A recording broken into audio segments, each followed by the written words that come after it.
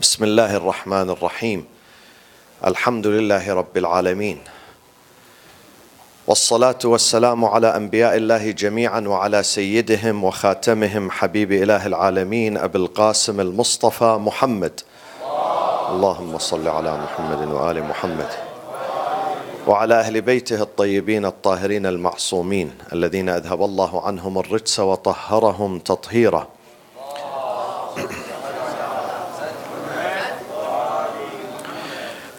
أعوذ بالله من الشيطان الرجيم. بسم الله الرحمن الرحيم. وأن هذا صراطي مستقيما فاتبعوه ولا تتبعوا السبل فتفرق بكم عن سبيله ذلكم وصاكم به لعلكم تتقون. صدق الله العلي العظيم. The Islamic faith is facing two types of threats. One, and both these threats, they come from within the Muslim society. These are not external factors or elements. Those are not foreign enemies. That's another story. The foreign enemies are another story. Today, I'm speaking about two types of threats that the Muslim community faces that comes from within. One type of a threat is being posed by the non-practicing people, and the second type is the practicing people, practicing Muslims. The first one, the first threat, the first danger that we face by the non-practicing people who are Muslims by name, but people who believe that Islam is confined only within the walls of the mosque, people who marginalize Islam and they think that Islam has no relationship with the public square, with the public space, with the social life. Islam is only about pure and impure, tahir and najis, and that's it. Islam is irrelevant to today's life. This is what they think. Islam has no say in economy, in the social life, in the family, in the business, in education. Those type of people who do not believe in the integrity of Islam.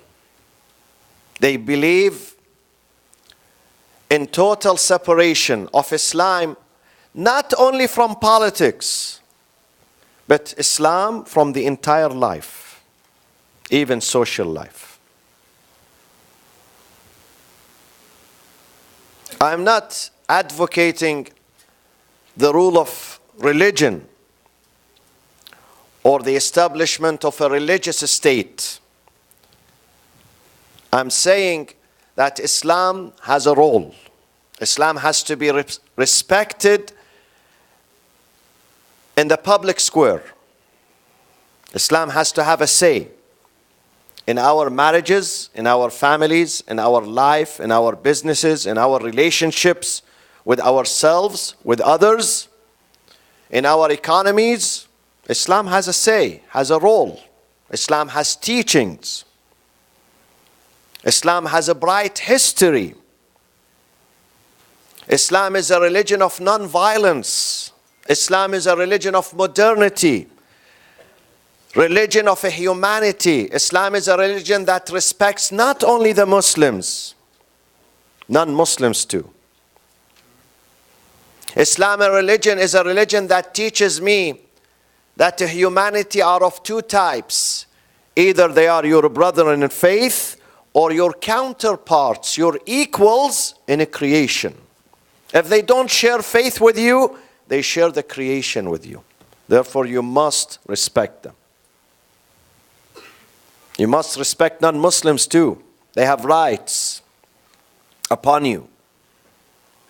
The story of Imam Ali alayhi salam, when he saw a man begging for help, for money, an elderly in his community, in the streets of Kufa. Imam Ali was very outraged. He said, "Ma hada? What is happening here? Why should someone in his 70s beg for food? Where is social justice? Where does the money go?" His aides who were with him, they said to him, don't worry. He's not a Muslim. He's not a Muslim. He's a Christian." He said, "Even worse. Isn't he a human being? Did I ask about his religion? Did I say why this Muslim? I didn't say why this Muslim is begging. I said why this a human being is begging. I don't care about his religion. He's honored in the eyes of God. Since he's a human being, he's honored. He has a value. We have to protect him. We have to maintain him." This is the language of Islam. So Islam has to have a role. In some societies, people are Muslim by name. I visited some countries recently. These countries are called Muslim countries. Recently, I was in Kazakhstan and Azerbaijan. Historically, traditionally, these are Muslim societies, but you don't see Islam there. You see people carrying Muslim names, but there is no Islam. No Islam in the economy, no Islam in the market, no Islam in the street. Yes, there are some few mosques here and there. Some elderly people go there. But the rest of the society, they know nothing about Islam. I had some conversation with the young generation about Islam. Many of them, they have not even read the Quran. They are Muslims by birth. They know nothing about Quran. Their knowledge about Islam is sub-zero. Sub-zero. Not only they are non-practicing, they know nothing about their faith, about their heritage, about their religion. They know nothing. Only Muslims by name. No prayers, no fasting, even no hijab. Maybe the number of people who observe hijab in North America and Europe is greater than those who live in these countries. Islam is absent from the public square. This is a danger. Islam is not about just the mosque. You practice inside, and once you leave, faith is missing. It's not about that. Islam has to be present in our life, in our homes, in our families, in our attitude, in our behavior. So this is one danger. That danger comes from non-practicing Muslims. I would not call them secular, but non-practicing. The second danger comes from people who practice Islam, but they don't practice it rightly. For them, Islam is a set of rites and rituals and ceremonies. Ceremonies, tuqus. No more than that. No more than that. But the essence of Islam, the message of Islam, the core of Islam is missing from their life. Maybe they practice, but their practice only ceremonies, not the spirit. They don't adhere to the spirit of Islam. I'll give you an example. In Islam, we have outer and inner. Each and every worship, each and every act has an outer side and inner side. Exterior and interior. Both are important. Both. Al-Zahir wal-Batin. Exterior and important. And interior, both are important. They integrate one another. They integrate one another. For example, the prayers has outer and inner. The outer is the bowing, the prostration, ruku' and sujood. These are physical activities. These are the outer of the prayers.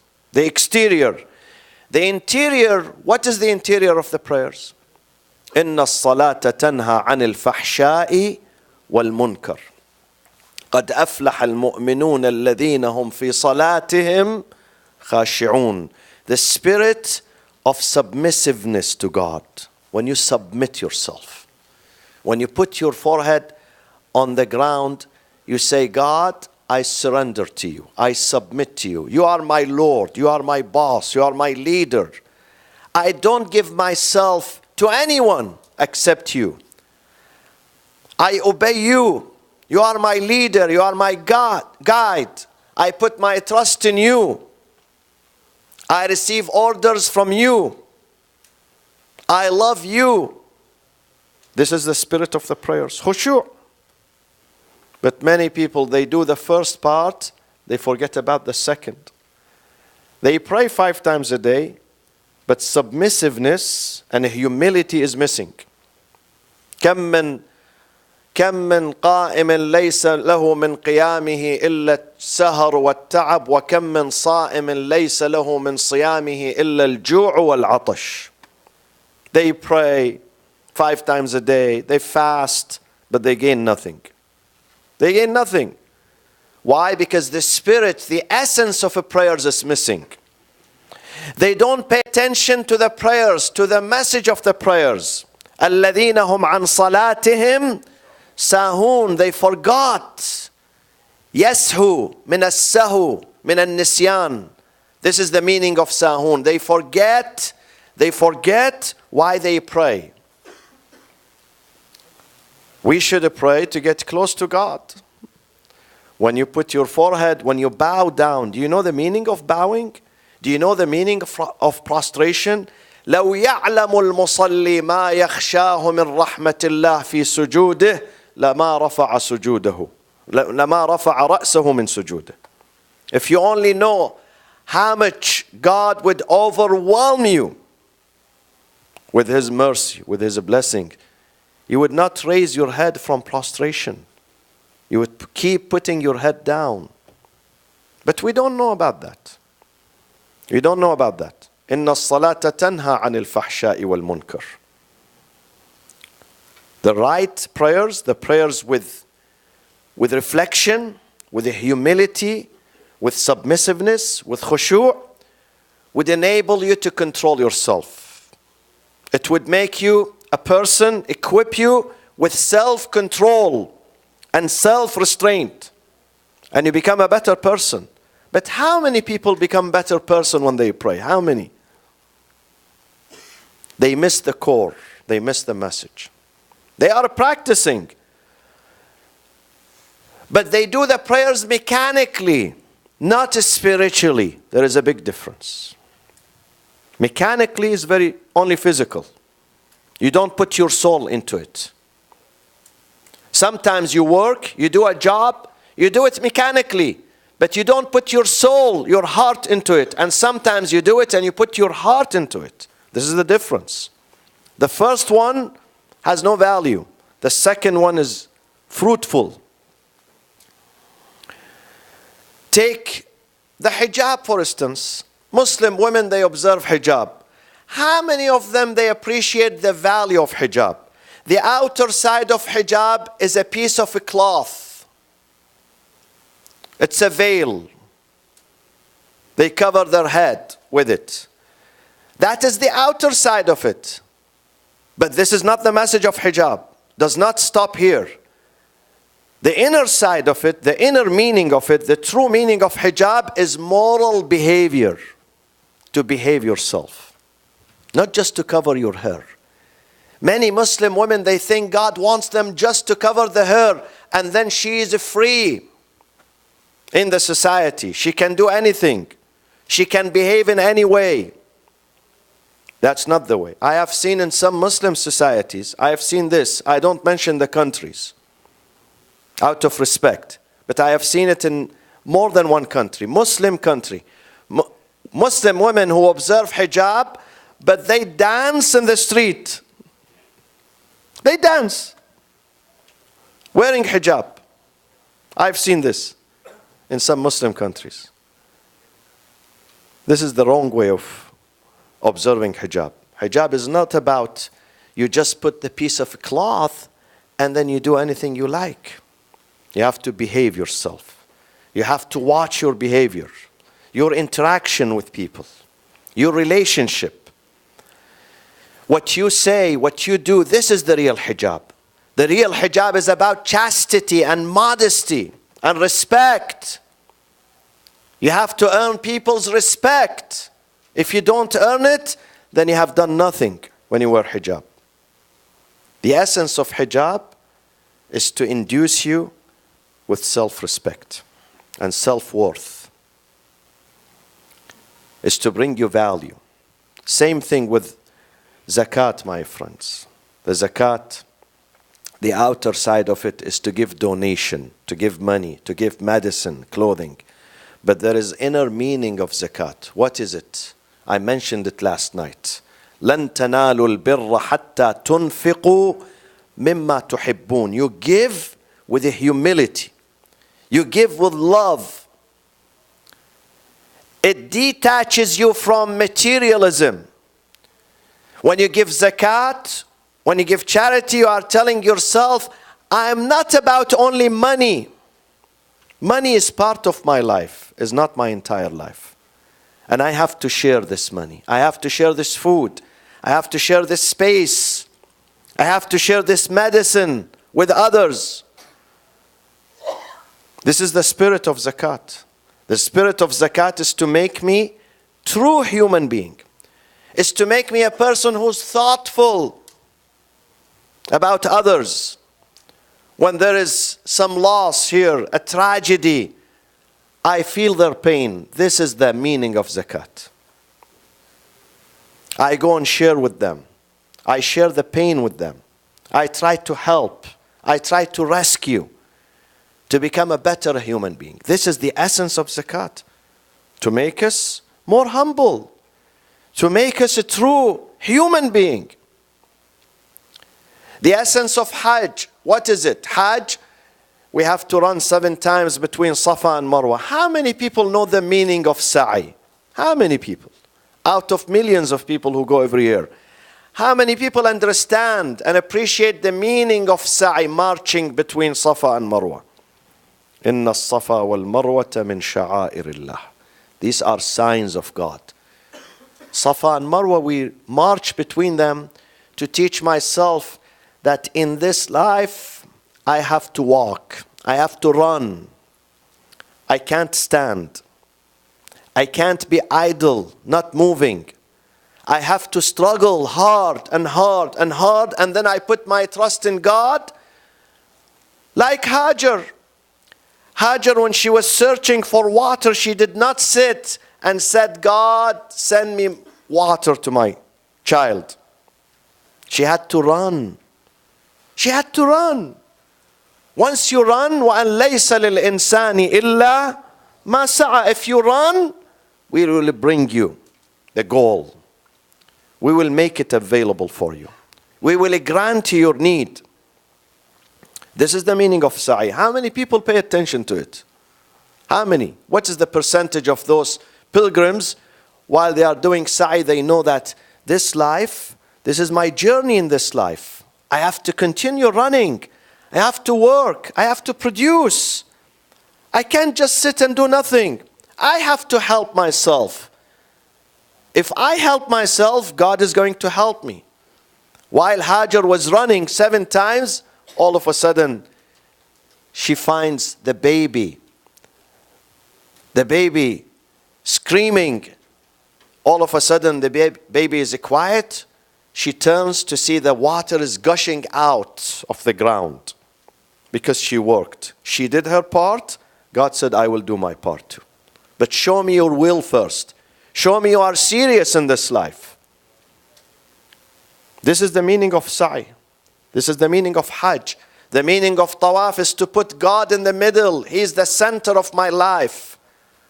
I am revolving around Him. All my life, all my activities, everything I do is for Him. He is the center of my life. I put Him in the middle of my life. I orbit around Him. قُلْ إِنَّ صَلَاتِي وَنُسُكِي وَمَحْيَايَ وَمَمَاتِي لِلَّهِ رَبِّ الْعَالَمِينَ. Everything I do is dedicated to Him. How many people understand the meaning of tawaf? How many people they throw stones at Jamarat, but they realize the meaning of that. Throwing stones at Jamarat means I'm crushing my ego inside me. There is a Satan inside me, and nafsul ammara, always inviting me to do evil, to think evil. I'm crushing that. I'm fighting it. I'm resisting it. This is the essence of Hajj. These are the lessons of Hajj. Islam has outer and inner. Both integrate each other. Both are necessary and important. The physical act and the spiritual attention to it. We come to Muharram. Many people think Muharram is only about tears and mourning. This is the outer side of it, my friends. Yes, mourning is necessary. Tears are necessary. But this is not the end. There is something there, something more important. These are physical reactions.